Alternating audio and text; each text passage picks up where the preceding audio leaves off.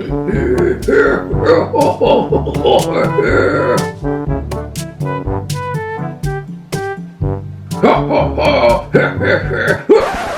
hell! How long have you been there, lad? I've been here for quite some time, Mr. Thorstein. Come on, this is serious business. Alright, let's try it again. And go. Hello friends, my name is Arith Härger, and today I'm going to talk about the Yule Goat. Once again, I have two special guests with me today, Mr. Tico. Here we go again. Yes. Here. Have it your way. And Mr. Thorstein. Well, yes, right. Since we are on the verge of the most awaited celebration of the year, I will tell you about an interesting tradition which is seldom heard and also has its roots on the Northern European pagan past. During this season, what is the first animal that comes to mind, Mr. Thorstein? Santa Claus! Well, I honestly expected you to say reindeer. Well, there is another animal typical of this season, or at least in the traditions of Northern Europe. The goat. The Julbock or the Yule Goat. Why is mine smaller? Well, genetics, Mr. Thorstein. What? What? The Julebock is a Yule celebration which involves a goat made of straw, a little object filled with history from a time when Northern Europe hadn't been touched by Christianity yet, and people still celebrated their own holidays. Of course, there is a connection here with the god Thor, which is the deity associated with fire. And as I have said on the previous video, fire is the element to be praised during this season. But of course, the connection here is with Thor's goats, Þrangrisnir and Þrangjostra, Toothgnasher and Toothgrinder. You have a peculiar imagination for giving names. There used to be a Swedish tradition directly related to Snorri Sturluson's account of Thor killing his goats for a feast and raising them from the dead the next day.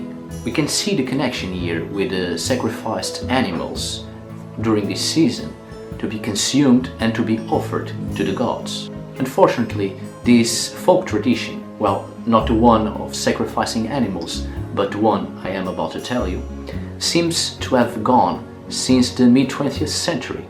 And here is the account of the performance. Mr. Thorstein, would you be so kind? The performance is described as an actor hidden by a corpulette made of skins and wearing a pair of horns, led into a room by two men who make believe they are slaughtering him, while they sing verses referring to the mantles of various colors of white, red and yellow and also blue, which they laid on him, one after the other. At the end of the song, the Julebock or the Yule Goat, after feigning death, jumps up and skips about to the amusement of all of those who were watching. Well, it's done, lad. Yes, right. Sorry. You could have said.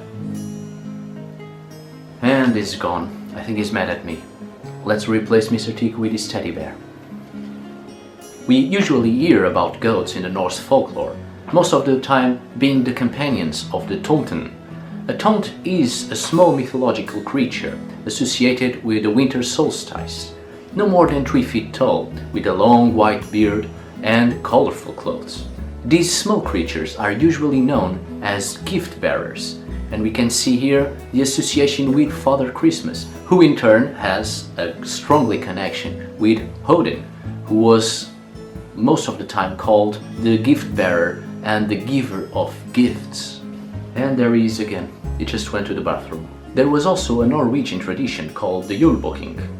People would wear masks and costumes and go from door to door, and the neighbor who received them had to identify them. It was a sort of game, trying to identify people who would disguise their voices and body language. Treats and drinks were offered to the people in disguise, and after a small feast at the door, at least one person from the visited household had to join this group and wear a costume and go with them to the next household. These costumes and these masks usually resembled the Tomten, those little mythological creatures, or they're goats, so most of the masks had horns. The Yule Goat is a reminder of the goats and animals in general who were sacrificed during this season and given to the gods or to be consumed. Fortunately, this ghastly tradition of sacrificing live animals was replaced by straw goats, which, in a symbolic way, are still sacrificed. No, it's mine. Oh, for goodness sake, Mr. Thorsten, it's made of straw. The Yule Goats are burned at the bonfires set during this season as offerings to the gods.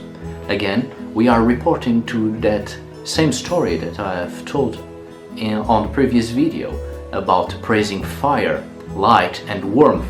The gods during this season give us fire and light, and in return we must give something, and usually that's the goat that was sacrificed, and now the straw goat burned at the bonfires. Some people write messages on a piece of paper and put them on the red ribbon in the goat's neck.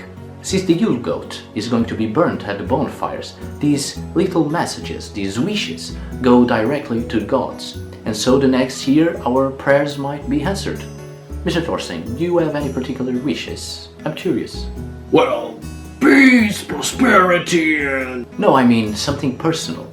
Oh, yes, and... Oh, God save us. Well, I do have a little message of my own. On the previous video, I told you that the world has no need for Viking raids anymore, and that's why Mr. Thorsten is unemployed.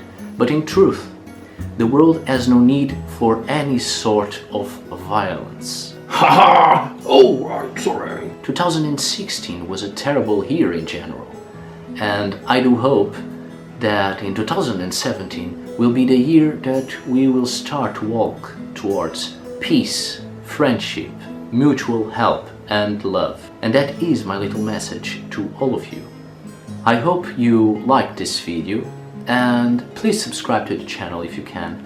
All the links and information you need are down below at the description. Best wishes to all of you. See you on the next weekend. Tack för idag. Now, I am very menacing looking. Now it's just me! Hey, where is everybody? No, it's over, right. I'll see myself.